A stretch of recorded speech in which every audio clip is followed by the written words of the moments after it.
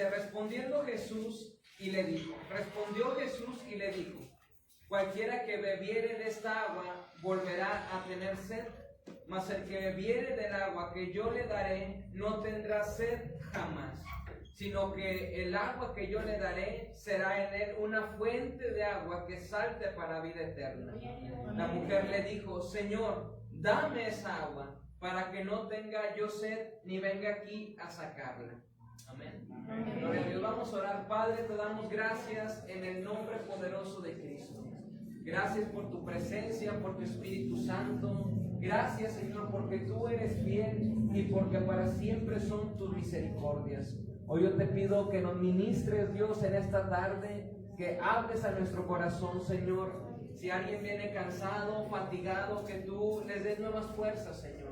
Que si alguien viene tal vez desanimado, Dios, que hoy pueda encontrar esa palabra que necesita. Si alguien ha tenido dudas, te ha preguntado a ti, Señor, a través de la oración, tú respóndele hoy a través de tu palabra, Señor. Te pido que unjas mis labios, unjas los oídos y corazones de mis hermanos y que podamos estar, como dice la Biblia, juntos y en armonía, Señor. Porque ahí envías tu bendición y vida eterna. Todo esto te lo pedimos en el nombre poderoso y maravilloso de nuestro Señor Jesucristo. Amén y amén. Gloria a Dios. Puede tomar su lugar, hermano.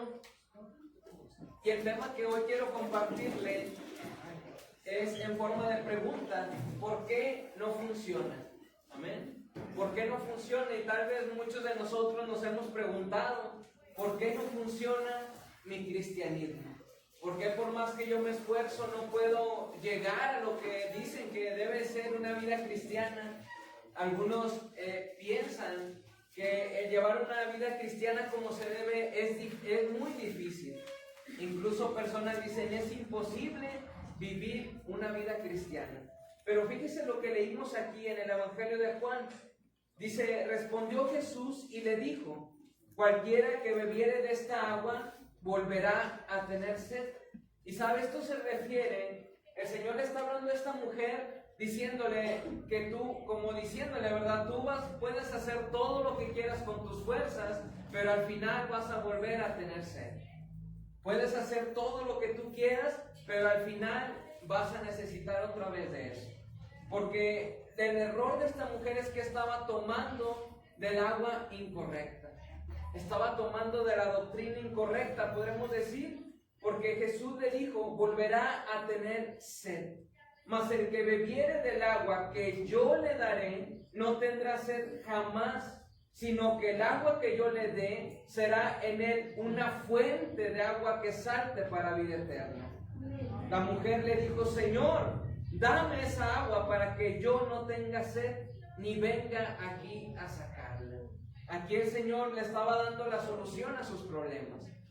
Por eso es que si a alguno de nosotros nos dice lo mismo como esta mujer, no vas a volver a tener sed, nosotros vamos a ser los primeros en decirle a Dios, Señor, dame también de esa agua.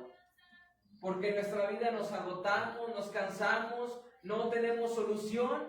Y si el Señor viene a nuestra vida y nos dice, aquí tengo la solución, yo sería el primero en levantar la mano y decirle a Dios, Señor, dame esa solución. Dame de esa agua que tú dices que nunca más volverá a tener sed. Amén. Amén. La mujer le contestó de esta manera. Y sabe, en ocasiones esta mujer entendía los principios de adoración, porque ella se centra en que les dice más adelante, nuestros padres dijeron que aquí es donde se debe de adorar, en este pozo, porque era samaritana. Y dice, pero ustedes siendo judíos dicen que en Jerusalén es donde se debe de adorar. Ella conocía algo de los principios de la Biblia, sabía que tenía que adorar a un Dios, pero el problema de esta mujer era que siempre tenía sed. Y tal vez nosotros nos identificamos con esta mujer. Sabemos que hay un Dios que cambia, que transforma, que hay un Dios que tiene cuidado de nosotros, pero siempre estamos batallando. Somos como esta mujer que sabe que existe un Mesías, que se tiene que adorar a Dios, que ahí en ese pozo de Jacob conocía la historia de Israel, pero siempre estaba batallando. Y en ocasiones nosotros sabemos la Biblia, sabemos que tenemos que venir a la iglesia, sabemos los principios cristianos, pero decimos, ¿por qué no funciona? ¿Por qué por más que lo intento, vuelvo a tener sed? Y aquí Jesús le da la respuesta, y no solamente una respuesta simple, sino sobreabundante. Porque le dice, el agua que yo le daré, dice, saltará como una fuente de agua viva. Porque Cristo quiere saturarnos. Cristo quiere darnos en abundancia. Nuestro Dios no es un Dios de escasez, ni es un Dios que te da solamente poco o un chorrito. Él dijo, te voy a dar una fuente que salte para vida eterna.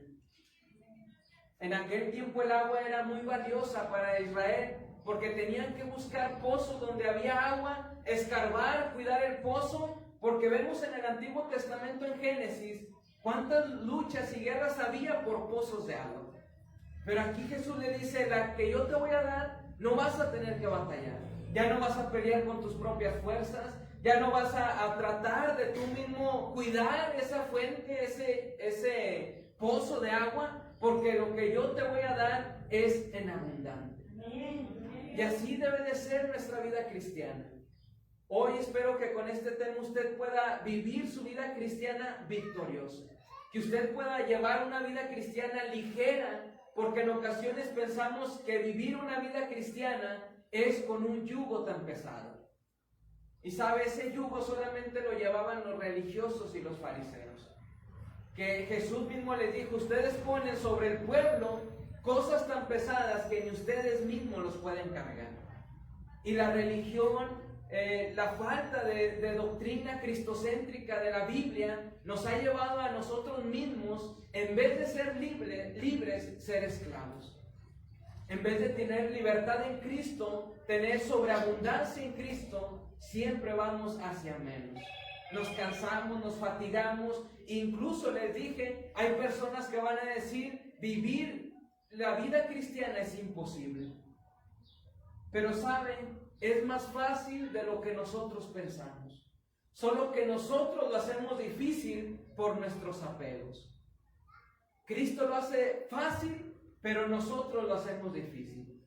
Porque nos cuesta despojarnos de nuestros apegos.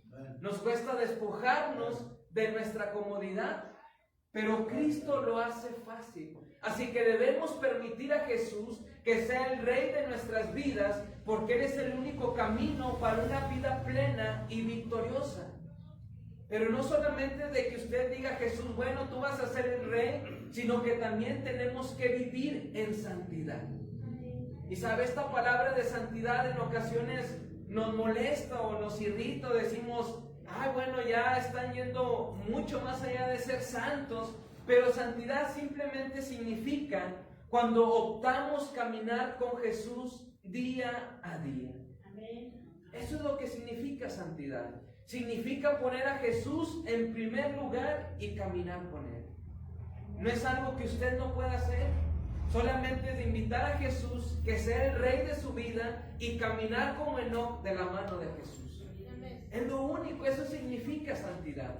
Porque si tú caminas de la mano de Cristo, Cristo nunca te va a llevar a que tú lleves una carga más pesada o a que tú vayas en contra de sus mandamientos. Cuando tú caminas con Cristo, incluso Él lo dijo, porque Él dijera mi carga y fácil mi yugo. Y cuando habla de yugo es porque dos bueyes en aquel tiempo tenían que llevar ese yugo. En este caso somos nosotros, pero también Cristo. Quiere decir que nosotros no caminamos solos. Cristo va con nosotros. Cristo nos hace ligera nuestra carga, pero ciertamente también hay una responsabilidad compartida. Tanto la que nosotros hacemos como a la que a Cristo le toca. Pero cuando entendemos esto, se nos hace más fácil vivir una vida cristiana, porque sabemos que Cristo va de nuestro lado y nos ayuda a que nuestra carga sea más ligera. Incluso Jesús ha prometido estar siempre con nosotros. Pero sabe, el creyente que no ha entendido esto, pretende que Jesús lo acompañe a donde Él quiere ir. Y esto es lo que se vuelve difícil. Porque un yugo es para caminar los dos juntos. Es un pedazo de madera donde uno camina y el otro también, pero cuando uno quiere caminar para un lado y el otro para el otro, se vuelve muy difícil. Por eso es que el creyente que ha entendido que Jesús dijo que estará con nosotros, no quiere decir que Jesús vaya a donde nosotros vayamos. Significa que nosotros tenemos que ir a donde Jesús quiere que nosotros vayamos. Y esa es la clave. Aquí podría terminar mi predicación. Vayan a donde Cristo quiere que vayan. Esa es la única manera en que nosotros podamos vivir una vida cristiana ligera. El que entiende que usted tiene que seguir a Jesús y no Jesús tiene que seguirlo a usted, ya entendió cuando Jesús dijo, sígueme. No que Jesús nos iba a seguir, sino que nosotros tenemos que seguir a Jesús. Por eso es que cuando encontró a los discípulos le dijo, sígueme y te haré pescador de hombres. Pero le dijo, sígueme. Jesús nunca dijo, yo te seguiré. Yo voy a estar detrás de ti poniéndote gorro hasta que entiendas. Él dijo, sígueme, para que tengas una vida plena.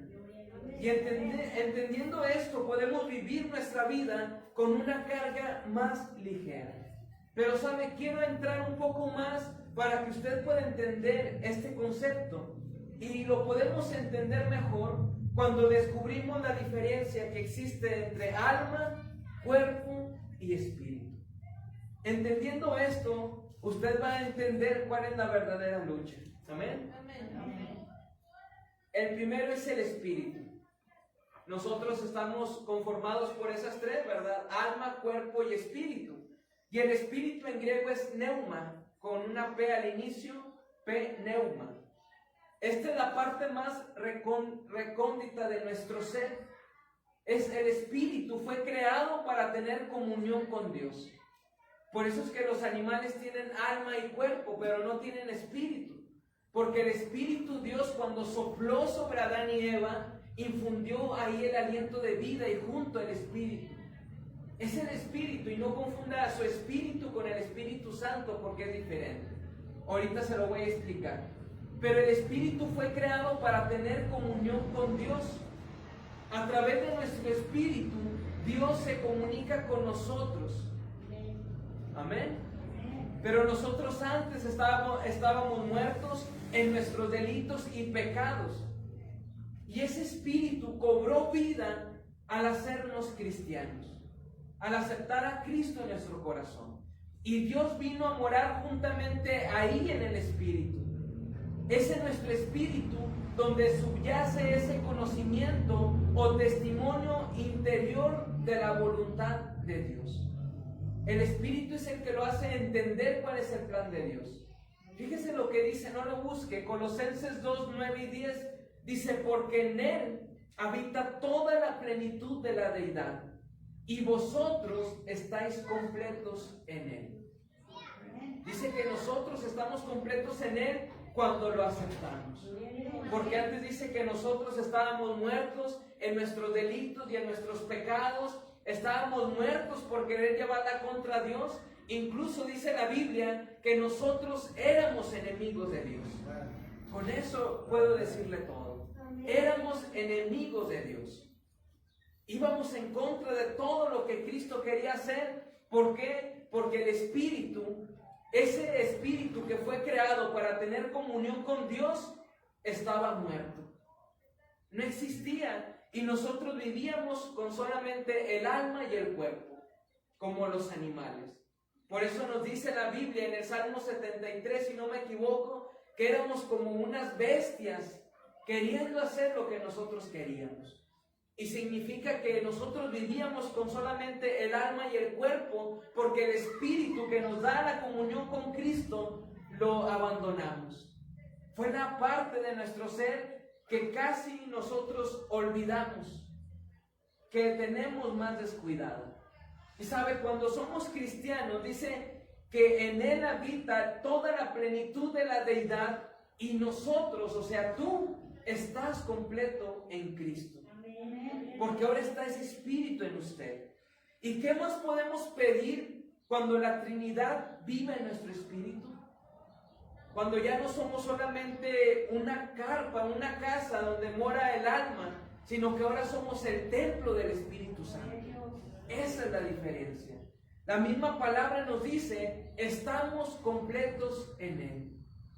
Y cuando una persona está completa, tiene la plenitud, ya no le va a importar hacer nada de lo que hacía antes. Incluso dice Efesios también que basta ya con lo que hicimos en el pasado. Dice, basta ya con lo que hiciste en tu vida pasada. Ahora concéntrate en lo que está adelante. Antes queríamos buscar estar completos y buscábamos de muchas maneras. Con mujeres, con alcohol, con drogadicción, con pandillas, con violencia, pero nada nos completaba.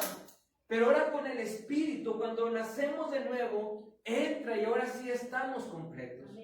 Yo puedo decir que usted está completo. Usted está completo y no tiene que buscar en otra parte alguna llenura, porque usted, dice la Biblia, que está completo en Cristo. Amén. Y nuestro espíritu es lo más importante y sin embargo es lo más descuidado. Ahora le voy a dar el significado del alma. Alma es psiquis, P-S-I-Q-U-I-S en griego. Y el alma es la parte del hombre que lo ha gobernado siempre.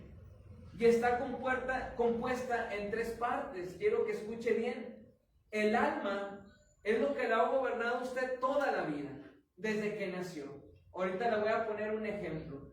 Y está compuesta por tres partes: el intelecto, la voluntad y las emociones. Y aquí es donde tenemos que pelear con nuestra alma, literalmente. Porque nuestra alma está llena de intelecto, que fue lo que hizo que cayera Adán y Eva.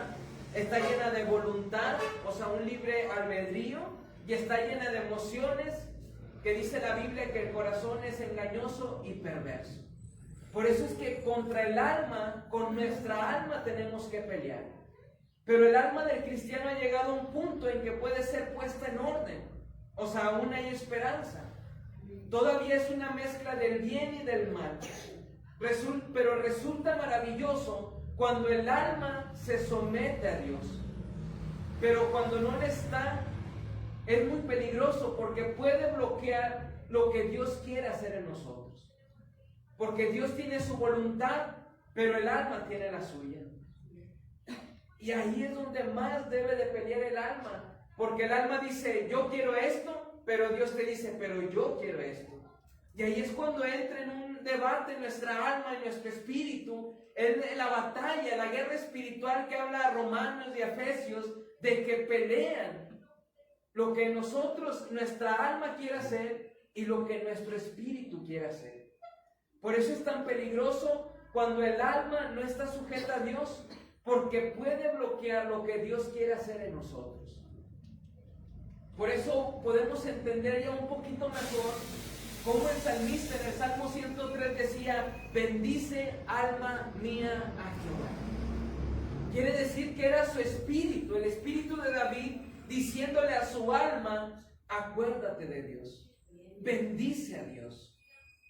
Por eso es que nosotros, y nos podemos ver tal vez locos, pero nosotros, nuestro espíritu, tiene que decirle a nuestra alma, acuérdate de Dios, obedece a Dios, alaba a Dios, haz lo que Dios quiere, no lo que tu alma quieres hacer. Porque el alma está intelecto, voluntad y emociones, y es lo que ha llevado al hombre a perderse. Pero en el espíritu está una parte de Dios.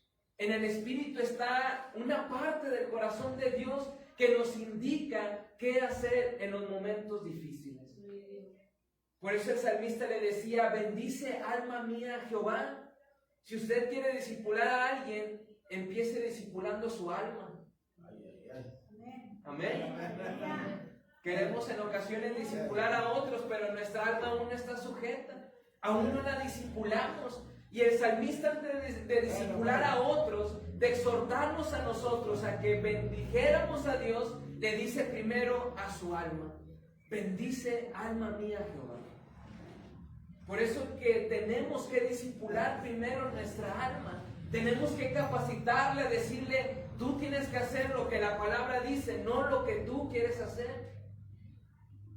Por eso el salmista, me encanta cómo dice, incluso es mi salmo preferido, bendice alma mía a Jehová. Tiene que dictarle a su alma lo que su espíritu quiere.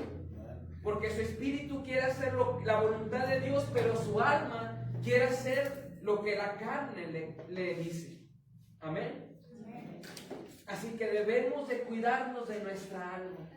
Si bien el viejo hombre fue crucificado con Cristo, nos dice la Biblia, que de modo que el que está en Cristo nueva criatura es, pero aún así todavía quedan restos del desorden que dejó ahí desde la época que dominaba.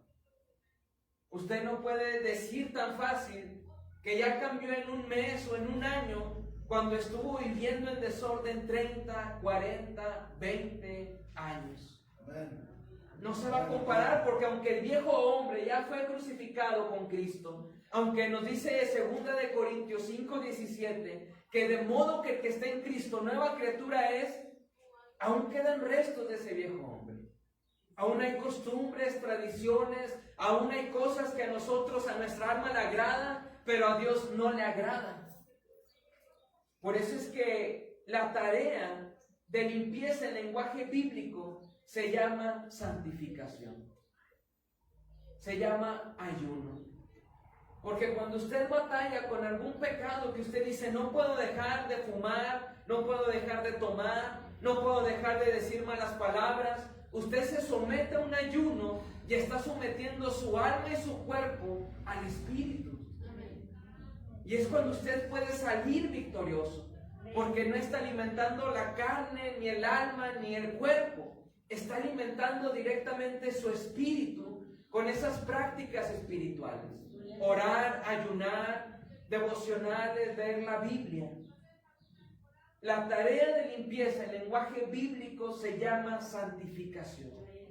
Que dijimos es caminar de la mano de Cristo. Es ir a donde Cristo nos diga que vayamos. No decirle a Cristo dónde tenemos que ir. Porque les he dicho muchas veces, ¿verdad? Una oveja no puede decirle al pastor dónde lo va a llevar. Porque el pastor en el Salmo 23 dice que él sabe dónde llevarnos en verdes pastos, en aguas de reposo. Pero si la oveja quiere ir por su propia cuenta, va a ir a lodo cenagoso. Va a ir a esas ramas que no tienen verdura, sino que ya están secas.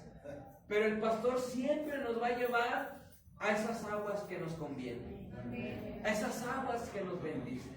Por eso es que usted tiene que seguir a Jesús, tiene que seguir las indicaciones de su palabra. Y sabe, el verdadero campo de batalla es el campo del yo. Del yo que Jesús quiere que neguemos. Por eso la Biblia dice, el que quiera seguirme, niéguese a sí mismo. Tome la cruz y sígame. Y ese es el campo que todo cristiano pelea. Dios le da un llamado y dice, vas a dejar todo, pero dice, pero yo quiero hacer mi casa primero, quiero yo primero hacer mi carrito, quiero yo tener mi patrimonio, pero Cristo te dice, sígueme y deja todo. Ese campo de batalla es el yo. Yo quiero seguir con mis amigos, yo quiero seguir tomando, yo quiero seguir fumando, yo quiero seguir cotorreando, pero Dios nos dice, santifícate. Porque la venida del Señor está cerca. Y si no viene Cristo, como quiera nos va a tocar la muerte y tenemos que ir ante el tribunal de Cristo. Amén. Amén. Y ninguno de nosotros sabe qué día nos tocará. Podemos salir y Dios nos guarde, pero nos atropellan. ¿Y qué hicimos ayer? ¿Qué hicimos antes de venir a la iglesia? Por eso es necesario que ese campo de batalla, el yo, lo neguemos y digamos, voy a seguir a Cristo. La siguiente parte es el cuerpo, que en griego es soma. El cuerpo pues es lo que vemos, ¿verdad? Nosotros. Es el ámbito de los 5 sentidos. Gusto, tacto, olfato, vista y oído. El cuerpo, como bien dijimos, es la casa donde habita el alma y el espíritu. Pero siendo cristianos, somos el templo del Espíritu Santo. es donde habita el Espíritu Santo. Entendiendo estos conceptos, podemos entender mejor dónde es en realidad la guerra espiritual. Dónde es en realidad lo que peleamos.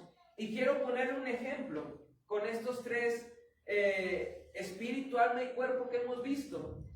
Usted imagínese que va saliendo un barco, una embarcación grande, tiene bastante combustible, pero el que iba a manejar el barco, el que sabía dónde cargar gasolina, cuál era el trazo que tenía que manejar, estaba enfermo y tuvo que estar recostado. Así que otras personas tomaron la barca, tomaron la dirección y empezaron a navegar, pero cuando acordaron ya estaban perdidos. En vez de ir derecho, empezaron a irse así y todavía les faltaba mucho por llegar porque se desviaron y el combustible se estaba acabando. En eso que estaban en cómo le hacemos, se levantan, que sí sabían, y les dice: oye, yo puedo solucionar esto porque yo sé cómo. Yo ya tengo aquí mi mapa, yo sé dónde cargar combustible, yo sé cómo hacerle para llegar más rápido. Pero los que manejaron desde el principio le dicen: todo este tiempo hemos manejado nosotros solos, ¿por qué tú nos dices que no vamos a poder? Y no lo dejaron. Ahora imagínese que ese hombre que estuvo enfermo es el espíritu y el que manejó es su alma.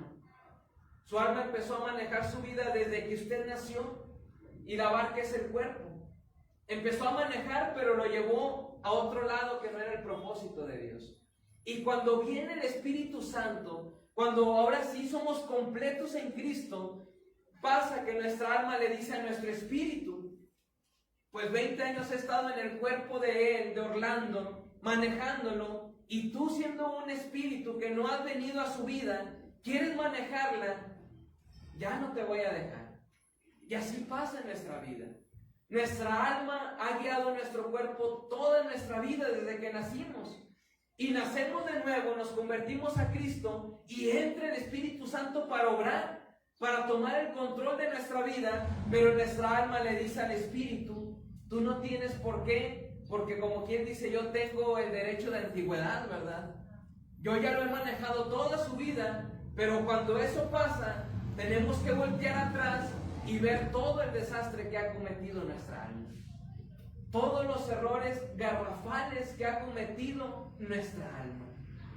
Y que muchos errores de esos los hubiéramos podido evitar si el Espíritu Santo hubiera tomado el control de nuestra vida. Esa es la solución para nuestra vida, para que cambiemos. Que ya no dejemos que el alma controle nuestro cuerpo, sino que el Espíritu controle nuestro cuerpo. Y sabe, nuestro espíritu unido al Espíritu Santo es quien debe gobernar nuestra alma. Y nuestra alma sometida debe gobernar nuestro cuerpo.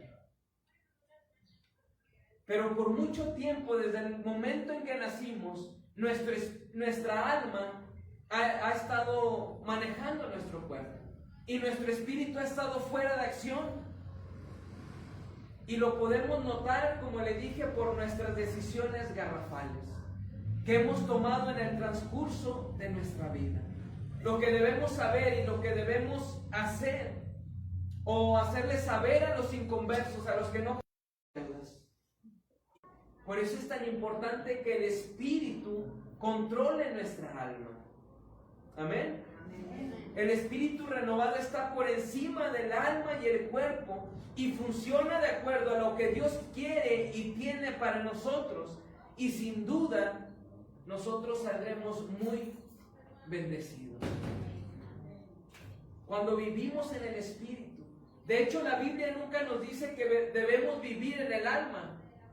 Si usted me pone ahorita un versículo que me diga que debemos vivir en el alma, esta predicación es errónea. Pero la palabra nos dice que debemos vivir en el Espíritu. Nos dice: andad en el Espíritu, vivid en el Espíritu, orar en el Espíritu, cantad en el Espíritu. Por eso es que el cristiano se debe diferenciar del resto, porque vive en el Espíritu. Incluso quiero que me acompañe a Gálatas capítulo 5, versículo 16. Gálatas capítulo 5, versículo 16.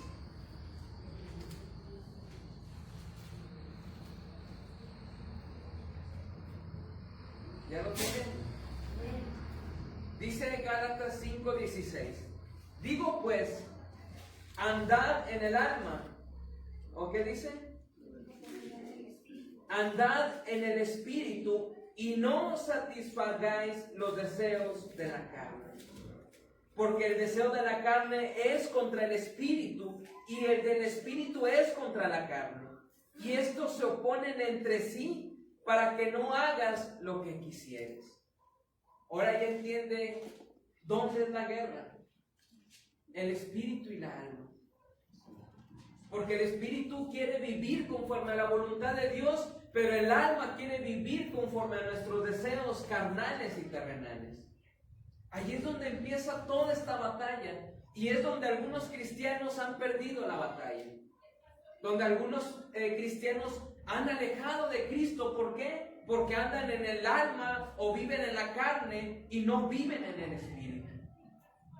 De hecho, la Biblia nos dice: andad en el espíritu, vivid en el espíritu, orar en el espíritu, cantad en el espíritu, y dice orar en todo momento, sin cesar. Amén. Nuestras almas podrán ser limpias, curadas, restauradas y utilizadas para la gloria de Dios en la medida que aprendamos a vivir en el espíritu. Tenemos que aprender a vivir en el espíritu. Pero con lo que más batallamos es, lo vuelvo a decir, con nuestra alma, porque le vuelvo a repetir, está formada por tres partes: intelecto, voluntad y emociones. Y justamente fue por el intelecto que el hombre pecó. En Génesis 3:5 dice: sabiendo el bien y el mal. Ese es el intelecto con el cual Satanás nos tienta cada día, queriendo que nosotros tengamos intelecto. Y sabe, desde entonces el hombre ha vivido de acuerdo a los razonamientos de su intelecto. Una persona que vive conforme a su intelecto es la sabiduría que habla Santiago 3:15, que dice: esta sabiduría no es la que desciende de lo alto, sino terrenal, animal y diabólica. Y fíjese que vuelve a nombrar animal, porque están sacando el espíritu. Porque el espíritu es lo que nos hace diferentes a los animales o a cualquier otro ser vivo. Nosotros somos los únicos que Dios nos formó alma, cuerpo y espíritu. Pero cuando sacamos al espíritu, somos como animales. Andamos solamente con nuestro intelecto, con nuestra voluntad, con nuestras emociones.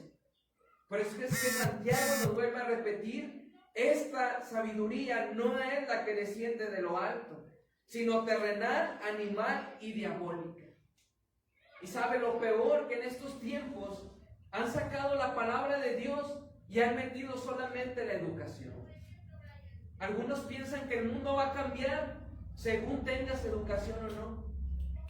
Y es muy importante la educación, no quiero decir que no estudien, tienen que estudiar, pero la educación no constituye la respuesta completa para cambiar el mundo. El mundo cambiará por Jesucristo. El mundo cambiará en cuanto las personas aprendan a vivir en el Espíritu. Porque una persona dijo: si educamos a un diablo, lo más que podemos tener es un diablo capaz. Y yo estoy de acuerdo con esto. Si educamos a un diablo, lo más que podemos tener del diablo es un diablo capaz. Necesitamos a Jesucristo. Si usted piensa que su hijo va a cambiar estudiando, error. Va a cambiar por medio de Jesucristo. Esa es la sabiduría que después nos habla Santiago, que desciende de lo alto, que es pacífica, misericordiosa, que busca lo bueno. Esa es la sabiduría que debemos buscar. Esa es la sabiduría que viene cuando viene el Espíritu Santo a nuestra vida. Pero como el alma está compuesta por intelecto, las demás personas que no conocen a Cristo te van a decir: tú tienes que educar tu intelecto, tú tienes que saber más y más, y Adán y Eva pecaron porque la serpiente les dijo, sabrás el bien y el mal. Sabrás más que Dios. Y en ocasiones la gente quiere saber más que Dios y lee y lee y lee, pero dice la Biblia que de sabios se hicieron necios. Queriendo ser sabios se hicieron necios y cambiaron la gloria de Dios incorruptible por algo corruptible. Queriendo la sabiduría. Usted puede leer Romanos capítulo 1 y se va a sorprender de todo lo que dice. De hecho, se lo va a llevar de tarea. Romanos capítulo 1. Para que vea cómo el mundo quiere darte a ti la sabiduría, el intelecto, mientras Dios te dice, tú tienes que alimentar tu espíritu. Y la carne y la gente que no conoce a Cristo te dice, tú tienes que sepas más y más y más para que te vayas alejando de Dios. Porque queriendo ser sabios se hicieron necios. Pero Dios nos dice, tú tienes que alimentar tu espíritu. Amén. Así que no cabe duda de que podrá engañar nuestro intelecto Satanás, puede engañarlo. Si nuestro intelecto es lo único con lo que contamos, nos engañará. Si usted solamente tiene información, pero no tiene el Espíritu Santo, el enemigo lo va a engañar tan fácil. Usted puede saber de demonología, de demonios, de espíritus, todo lo que usted quiera, pero si no tiene el Espíritu Santo, el diablo se lo va a comer. Tiene que alimentar su espíritu. Así que también usted, dentro del alma, tiene que cuidar cada pensamiento o idea que venga a su cabeza. No tiene que aceptar como suya cualquier idea que surja de nuestra mente. Debemos preguntarnos cada que venga un pensamiento a su mente, cada que venga una idea, tiene que preguntarse, ¿esta idea viene de Dios? ¿Vino de mi nueva vida en Cristo? ¿Vino del enemigo? Tiene que preguntarse antes de actuar. Porque tomamos decisiones a la ligera que provienen del alma, que provienen de Satanás. Y por eso es que tomamos decisiones incorrectas que nos han llevado al fracaso. Usted va a ver en su vida cómo va a cambiar cuando venga un pensamiento, se pregunte primero antes de actuar, ¿viene de Dios? ¿Dios quiere que lo haga? ¿O viene del enemigo? Amén. ¿Viene de mi nueva vida en Cristo, de lo que el Espíritu está provocando en mí? ¿O viene de parte de mi alma, de mi carnalidad?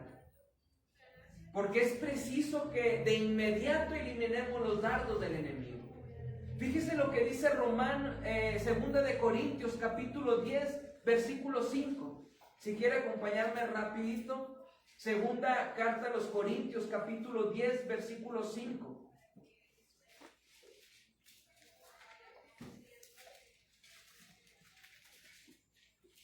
Y las batallas más grandes que nosotros vamos a librar van a ser en nuestra mente. Dice Segunda de Corintios 10, 5. Derribando argumentos y toda altivez que se levanta contra el conocimiento de Dios y llevando cautivo todo pensamiento a la obediencia a Cristo. Amén. Por eso es preciso que de inmediato eliminemos los dardos del enemigo. Que usted se pregunte, ¿viene de Dios? ¿Viene de mi nueva vida? ¿Viene del enemigo? Bueno, si viene del enemigo, derriba todo argumento. Derriba toda altivez que se levante contra el conocimiento de Dios. Y lleva cautivo, lleva preso. Átalo. Sujétalo a ti. Y lleva cautivo todo pensamiento a la obediencia a Cristo. Cuando usted entiende esto, lo va a ayudar mucho en los pecados que no ha podido dejar. Cada que venga ese pensamiento, tienes que tomar, tienes que fumar. Lleva cautivo todo pensamiento y di cuál es la voluntad de Dios, que lo haga o que no. ¿Sabes que no? Elimínalo, llévalo cautivo a la obediencia a Cristo. Ya lo que Cristo quiere que hagas. Son cosas tan simples que en ocasiones olvidamos. Y decimos, a lo mejor Dios no se enoja si tomo una cerveza, si le coqueteo nada más, coquetearle a la secretaria, a la vecina. Y jugamos con el enemigo. lo tentamos, y el que sale perdiendo somos nosotros. Por eso debemos llevar cautivo todo pensamiento. Fíjese que empieza desde el pensamiento. Porque cuando usted deja su pensamiento germinar, empieza a maquinar más y más hasta que termina haciéndolo. Incluso está comprobado, si usted está en dietas y usted dice, quiero comer unas papitas, quiero comer, termina comiéndoselas. Pero cuando dice, al rato me las como, que usted sabe que puede dominar su cuerpo, se le pasa y ya no se las come. Y es lo mismo cuando usted quiere pecar. Lleva cautivo todo pensamiento a la obediencia a Cristo. Incluso este pasaje es uno de los versículos que usted debería de aprenderse, porque le va a ayudar en su vida espiritual.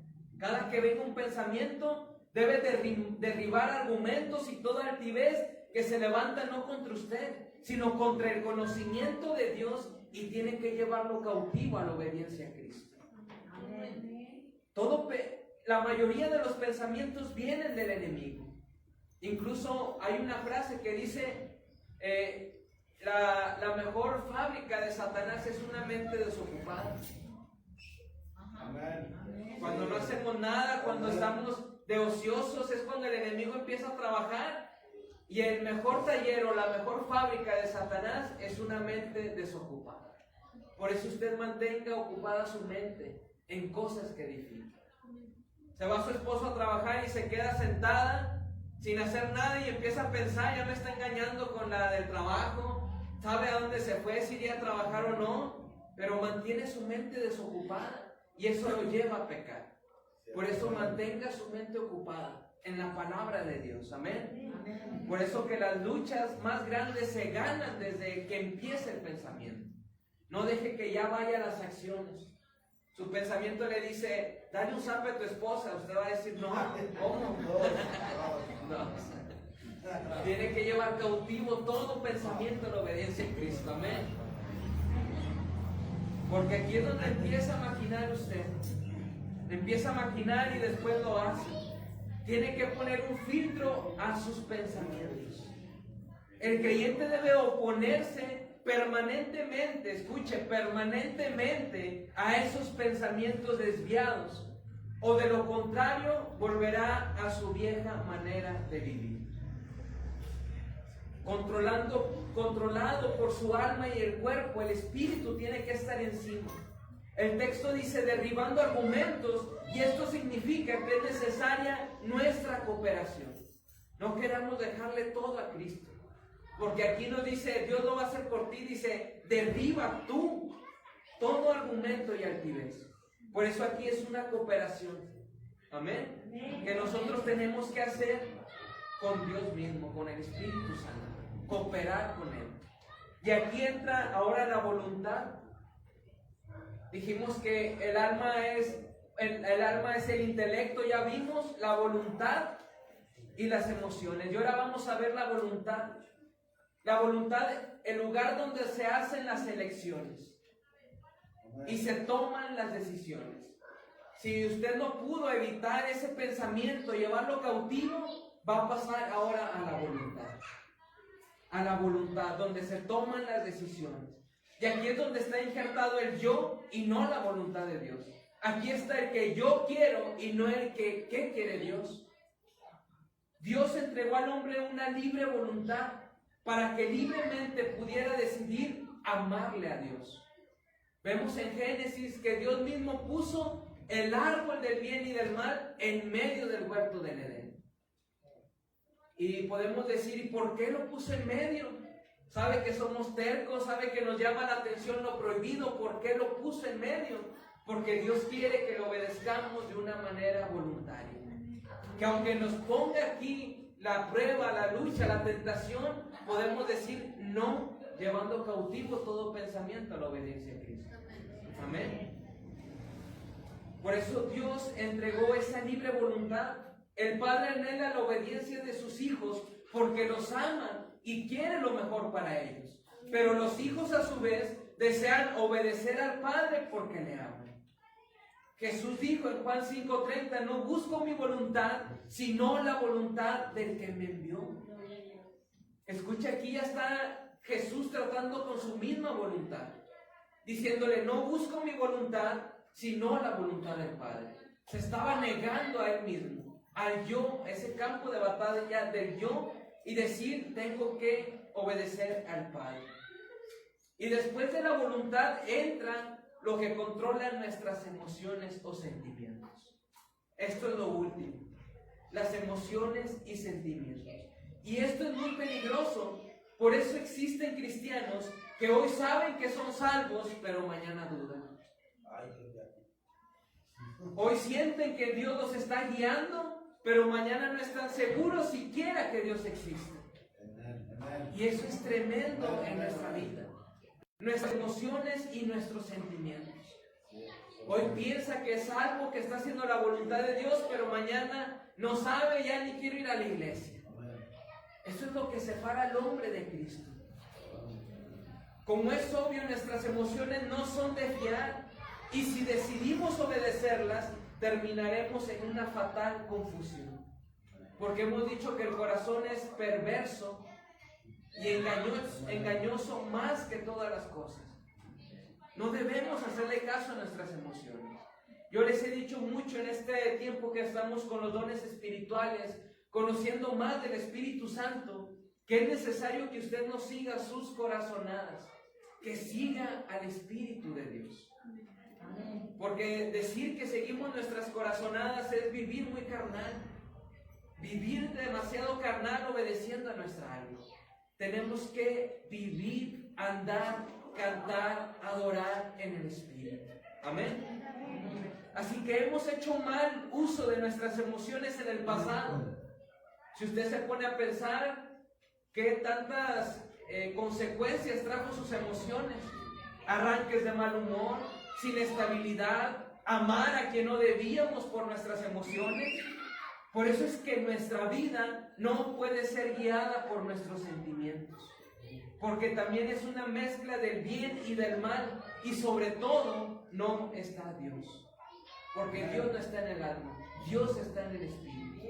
Amén. Cuando vivimos en el Espíritu descansamos, porque la salvación significa descanso para el Espíritu. Vimos en Juan 4:13 que Dios nos dará esa agua que no volveremos a tener sed. Y nos dicen Hechos, arrepentidos y bautícese cada uno de ustedes para el perdón de pecados y para que venga de la presencia de Dios tiempos de refrigerio. Así que la salvación significa descanso para tu alma. Venimos trabajados del mundo, cargados, cansados, heridos, quebrados, pero Cristo nos quiere hacer descansar. La salvación significa descanso. Después dice, llevar mi yugo sobre vosotros. Y sabe, ya con esto voy a terminar. La carga puede compararse a un termómetro para advertirnos que el alma, no el espíritu, está tomando la iniciativa en nuestra vida. ¿Qué quiere decir? Que cuando usted siente que se está cansando, que ya no puede, que es como esta mujer de Juan 4 que dijo, quiero de esa agua, es porque estaba batallando, porque no había encontrado la verdad. Es que usted se ha estado guiando por su alma y no por el espíritu. El cansancio o la carga en su vida es como un termómetro que nos avisa si nuestras almas están reposando en Cristo o estamos luchando con nuestras fuerzas. Hoy usted puede notar en su vida y puede pensar, no diga, no, sola usted mismo, fíjese. Está cargado, está cansado, piensa que le hace falta un agua para ya no volver a tener sed. Es que sí, ha estado viviendo en el alma. Si dice, me siento tranquilo, mi carga es ligera, es que usted ha estado viviendo en el Espíritu. Y eso es lo que debemos hacer, vivir en el Espíritu.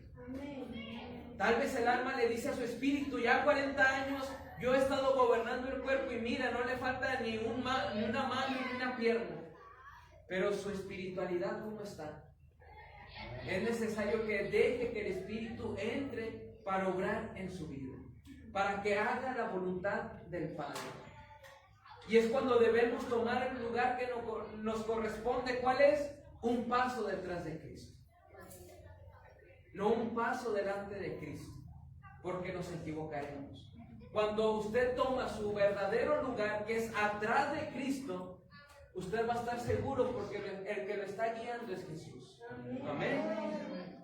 Así que, como conclusión quiero decirle, cuidemos de no volver atrás. Cuando actuábamos de acuerdo a nuestra alma y cuerpo, incluso cuando actuábamos de acuerdo a nuestro intelecto, nuestra propia voluntad, en cambio, pidamos la mente de Cristo y al Espíritu Santo para que nos ayude a vencer. Amén. Amén. Con estas características, conceptos, yo quiero que usted analice su vida. ¿Ha estado viviendo en el alma o en el espíritu? ¿Ha estado cansado últimamente, fatigado, diciendo la vida cristiana es muy difícil? Es porque ha estado viviendo en el espíritu, en el alma. Pero cuando usted vive en el espíritu, toma cada promesa de Dios, que saltará una fuente, no un chorrito, no una gota, no un vaso, una fuente de agua viva, para que usted pueda vivir, para que usted no vuelva a tener sed.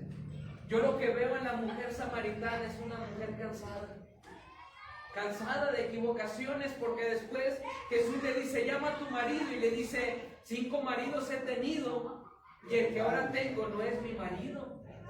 Puras equivocaciones por vivir según el alma, el intelecto, las emociones, los sentimientos. Si usted ya no quiere equivocarse en su vida, viva en el Espíritu. Deje el espacio a Dios para que obre en su vida. Esta mujer se equivocó tantas veces, 5, y el que estaba no era su marido. Podía haber una posibilidad de que fuera ya su marido realmente. Pero 5 equivocaciones. ¿Cuánto tiempo gastaría en cada uno de ellos? Por sus emociones, por no sujetarse a Dios. Ahora no veamos a esta mujer, veámonos nosotros. ¿Cuánto tiempo hemos desperdiciado? ¿Cuántas mujeres, hombres han pasado por nuestra vida? Por vivir según nuestras emociones, según nuestros sentimientos. Hoy es tiempo, le voy a pedir que se ponga de pie y que tome su lugar correcto. Su lugar correcto es un paso detrás de Cristo, para que Cristo sea quien lo guíe. Amén. Así que en ocasiones pensamos que nuestro enemigo es otro, y en realidad nuestro enemigo está más cerca de nosotros, aquí adentro, nuestra alma. Es tiempo de que disipule a su alma, de que le diga, alma mía, bendice a Jehová. Porque el espíritu debe enseñorearse de su alma. Su espíritu debe enseñorearse de su cuerpo. Cuando así lo hacemos, la gloria de Dios viene sobre nosotros. Cuando así lo hacemos, nuestra vida es más ligera. Nuestra carga es demasiado ligera que decimos, realmente la vida cristiana es tan fácil. Pero yo lo quería hacer difícil. Por mis apegos, por mis costumbres, por mi intelecto, por mi alma que me ha estado guiando 40, 20, 30 años. Es tiempo de que deje actuar al Espíritu Santo. Amén. Gloria a Dios. Cierre sus ojos y vamos a adorar a Dios. Vamos a bendecir.